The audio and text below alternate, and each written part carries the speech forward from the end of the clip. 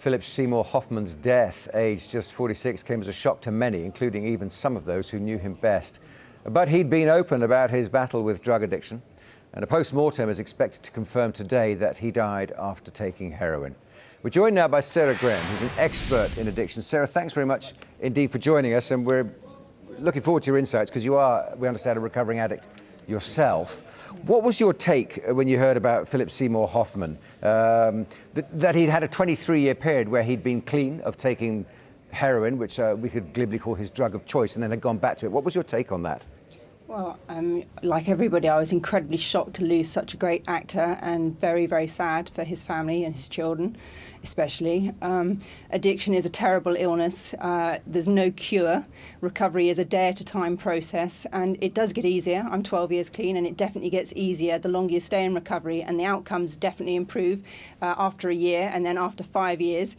People who stay clean for 5 years, their outcomes increase dramatically.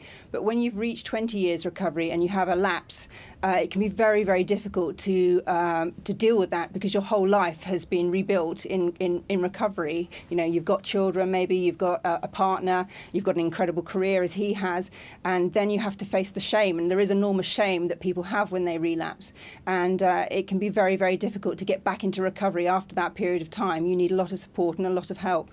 And if you do go back to taking the drug again that you're addicted to after 23 years, do you go back to, in a way, having the logic of the 22-year-old that you were when you last took it? I mean, is there a kind of undoing of your recovery years? There's a saying which is, when you're in recovery, your addiction is in the back room doing press-ups waiting for you. And that's really true. People who have relapsed after a period of time find that very quickly they go back to where they were at the end of their using. And that can be incredibly shocking for the individual and for their family and for their employer and everybody else. And that's why it's really important, if you do have a lapse, to get help as quickly as possible, which he did. But then you also need to really change your life for a while. You may need to take quite a period of time out of your work to rebuild your recovery. And this is one of the challenges. I work with a lot of creative people at the top end of their game, and this can be one of the real challenges, because your diary may be mapped out for many years sometimes in advance. And whilst the studios and the business in LA is very supportive, there are many people in recovery in Los Angeles, you know, from studio execs right down.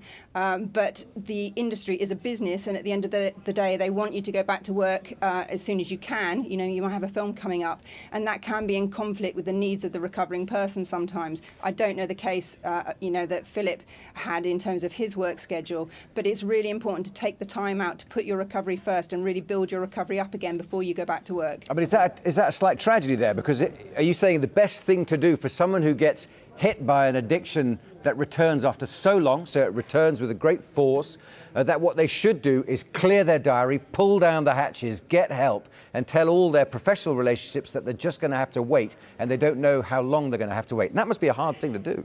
I mean, obviously everybody's different. The industry in LA, they do quite often hire people like me to go and work very closely with the individual. It's not uncommon for somebody who's in early recovery, who's had a lapse, to have somebody with them 24/7 to look after them. You know, somebody like Philip is obviously a multi-million-pound investment for a studio in terms of the film. So you will get very good help around you. But sometimes, you know, by its very nature, doing a job of acting, you may be in a film which is quite triggering for you. The script may demand you to be, you know, simulating drinking or taking drugs, or just the hours can be very difficult. And you know, getting over a breakup takes time. If you've gone through a breakup, you know, breakups can be the number one cause of relapse. You know, like we say to people who get into recovery, avoid new relationships for the first year of recovery. Also, if you've had a breakup, you really need to be careful, because it really is a challenge. You know, it gives the addiction, the part of your brain that wants you to relapse, a real opportunity to say to you, you know, you're worthless, or, you know, you've messed up your whole life, or people aren't going to trust you again. All of these kind of negative thoughts can go through your head. So it's really important to stay very close to the recovery fellowships, to have as many recovery people around you as possible, to see a counsellor, and to really take it gently and be very careful and get to a place of safety before you put yourself under any strain. People who aren't addicted look at the life of an addict from the outside. They imagine it to be chaotic, they imagine it to be unpredictable, up and down, periods of lows, periods of highs. But then you look at someone like Philip Seymour Hoffman, who, and the reason why millions of people loved his acting is because he's always looked professionally so relaxed, so in control of what it is he's doing for a job, so talented, so charming, that people find it hard to imagine that there is any of that chaos in his life. Is it possible for people who are comfortable, clever, on top of their careers, to have this addiction that they're running at the same time that could potentially destroy them at any moment?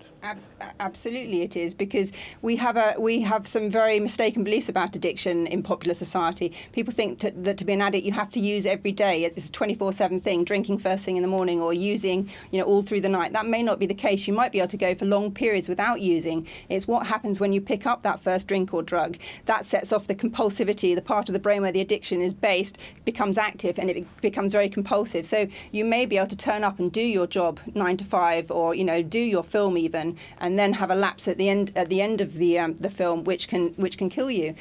So you can't tell from the outside what is going on in the inside in somebody. As an addict, you have to become very skilled at lying to yourself and lying to other people. That's the denial process. And so it's not uncommon for people to have gone back to using, maybe in a casual way, or so they think, for quite a while before the wheels come off. What about the drug of choice? I mean, we think of Hollywood, the chaotic life of showbiz, as being more appropriate to booze and cocaine and prescription drugs and painkillers. But to find out someone's been taking heroin, does that strike you as surprising, or is that just one of the other addictions that's there ready in that kind of arena?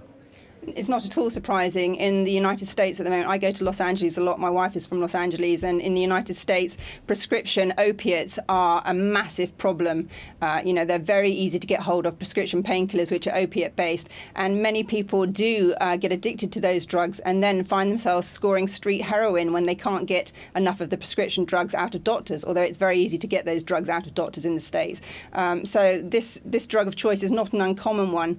Obviously, it's not a drug that you can control very easily, and there's very big dangers because, as I said, you may go back to wanting to use the kind of quantities you were using previously, but you don't have the tolerance for it. When you're active in your addiction, your ability to make sensible decisions, to make rational choices, goes out the window. There's another saying, which is 1 is too many and 1,000 never enough. So once you start using, snorting that first line or injecting that first injection, you can't control what happens then, and by its very nature, you're prone to putting your life at risk and doing things which are absolutely crazy if you assess them rationally. But addiction isn't rational. It's very much an emotionally based illness. Sarah Graham, thanks very much indeed for joining us this evening on Sky News. Sarah Graham there talking about the sad story of Philip Seymour Hoffman's drug addiction.